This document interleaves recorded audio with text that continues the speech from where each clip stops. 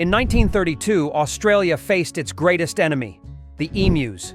Farmers were struggling with emus eating crops, so the government did the logical thing: send in the military. Armed with machine guns, they went to battle. Turns out, emus are really fast. After thousands of bullets, only a handful of emus were taken down. The rest, they just ran away laughing. Yes, Australia actually lost a war to birds. Ever let out a fart so legendary you wished you could just disappear from the planet? Well, that's exactly what happened to Edward de Vere, the 17th Earl of Oxford. One day, while bowing before Queen Elizabeth I, he accidentally ripped one right in front of the entire royal court. He actually left England and stayed away for 7 years. But when he finally came back, Queen Elizabeth looked at him and said, "My lord, I forgot the fart." Forget candlelit dinners. Viking romance often began with kidnapping. Subtle, right? If not that, a guy might woo you with flowers by smacking you with them, or maybe a goat, because nothing says love like livestock, sharp steel, or a dead rival. Marriage wasn't a cakewalk either. Sure, men kept concubines, but Viking wives were masters of teamwork, teaming up with their servants to declare a full-on romance strike until he caved. Vikings weren't just dirty barbarians. They bathed,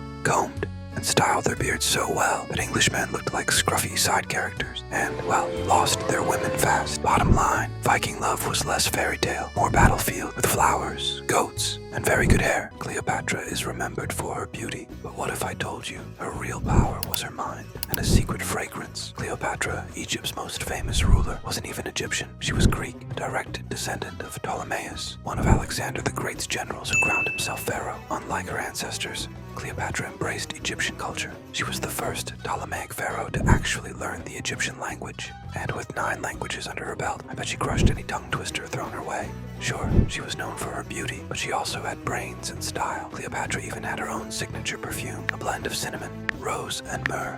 Imagine smelling like that in ancient Egypt. You know that thing where everyone calls Napoleon short? Yeah, turns out history might have just been roasting him for no reason. Napoleon was about 5 feet 6 to 5 feet 7 inches in modern measurements, basically average for his time. But the British, who really hated him, spread propaganda painting him as a tiny, angry man, the short guy with a big ego meme. Yup, that's 200 years old. The real Napoleon, tall enough to look his soldiers in the eye and still conquer most of Europe. Moral of the story, he wasn't short, just short-tempered.